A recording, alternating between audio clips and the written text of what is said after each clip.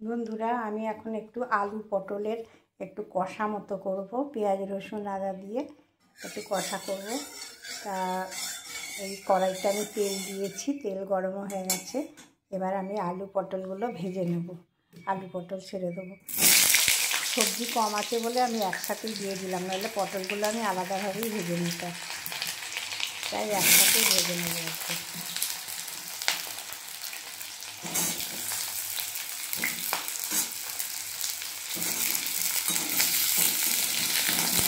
আলু পটলগুলো আমি ভেজে নিচ্ছি।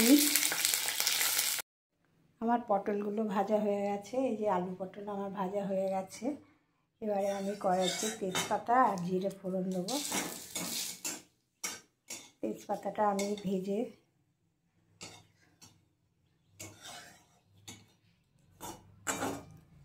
তুলে রাখবো।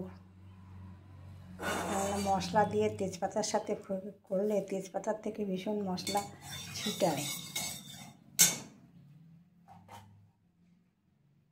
জিরেটা ফোড়ন দিলাম।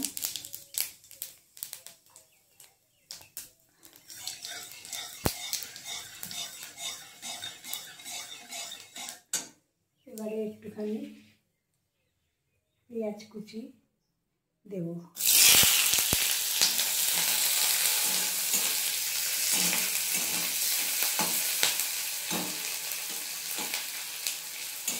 পেঁয়াজটা একটু ভাজা হলে আমি মশলাটা দিয়ে দেবো।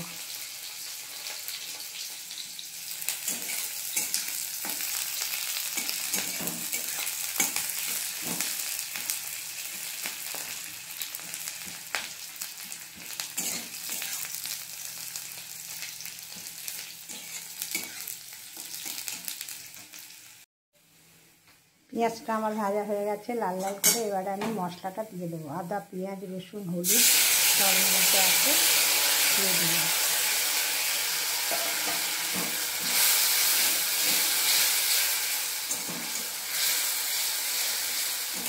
এবারে মশলাটা কষিয়ে নেব ভালো করে।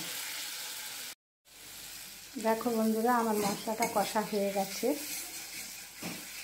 এবারে আমি জল দিয়ে দেবো।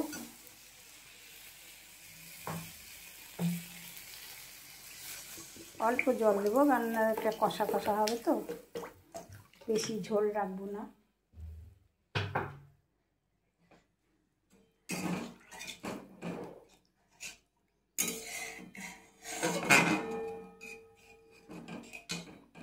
কাঁচা লঙ্কা কেটে দিয়ে দিয়েছি আমি, এই যে, আর লবণ দিলাম।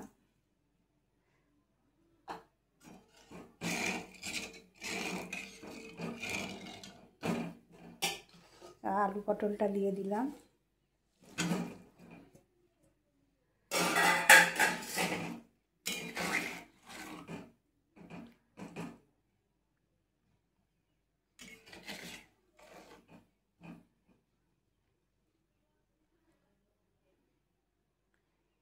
এবারে এটাকে আমি চাপা দিয়ে দেবো।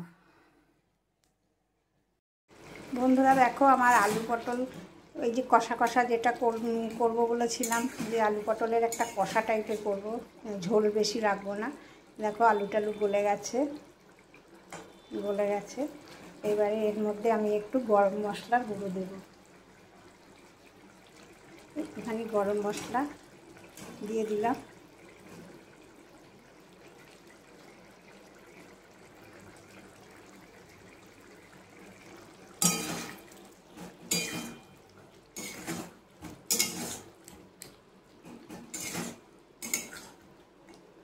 গরম মশলার গুঁড়োটা দিয়ে ভালো করে নাড়িয়ে দিলাম।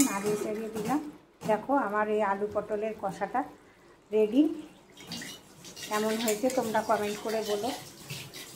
আশা করি তোমরাও করে খাবে, এটা ভালোই লাগে করে খেতে। তোমরাও করে একদিন খেয়ে দেখো, কমেন্ট করে জানিও কেমন লাগলো তোমাদের।